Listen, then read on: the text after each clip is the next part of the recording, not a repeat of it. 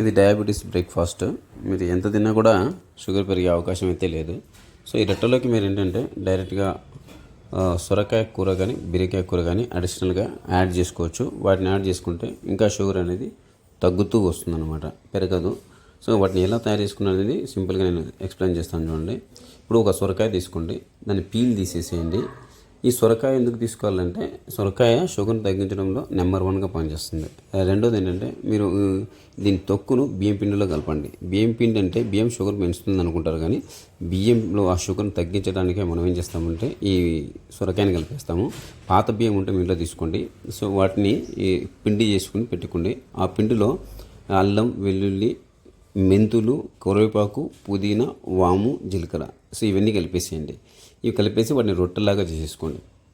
ఆ రొట్టెలు ఎలా కాలుస్తారో అలా కాల్చేసిన తర్వాత సో మనకు నేను ఇనిషియల్గా ఎలా చూపిస్తాను రొట్టె ఎలా వస్తుంది. ఈ రొట్టె మీరు డైరెక్ట్గా తిన్నా కూడా షుగర్ పెరగదు. డైరెక్ట్గా తిన్నా ఎన్ని తిన్నా కూడా షుగర్ అయితే మీరు 3, 4, 5 తిన్నా కూడా షుగర్ అయితే ఏం పెరగదు. సో దీన్ని ఇంకా షుగర్ ఫ్రెండ్లీగా మార్చాలంటే మీరు అదే చెప్పినట్టుగా సొరకాయ కానీ బీరకాయ కానీ కాకరకాయ కానీ రెండోది నట్స్ ఉండేది తప్ప, అంటే కానీ ఇప్పుడు బీన్స్ ఉంటాయి, బీన్స్ ఎందుకు వాడకూడదు, కూర తప్ప మిగతా ఏమైనా తినవచ్చు. వాటర్ ఉండే కూరలు ఏవైనా తినవచ్చు, షుగర్ తగ్గిస్తాయి. బీన్స్ ఉండేవి ఏంటంటే గ్యాస్ ఫామ్ చేస్తాయి కాబట్టి అవి షుగర్కి అంతగా బెనిఫిషియల్గా ఉండవు. కాబట్టి ఈ వాటర్ ఉండే ఏదైనా సరే ఆ కూరని ఎక్కువ చేసుకొని తినండి, షుగర్ తగ్గుకుంటూ వస్తుంది.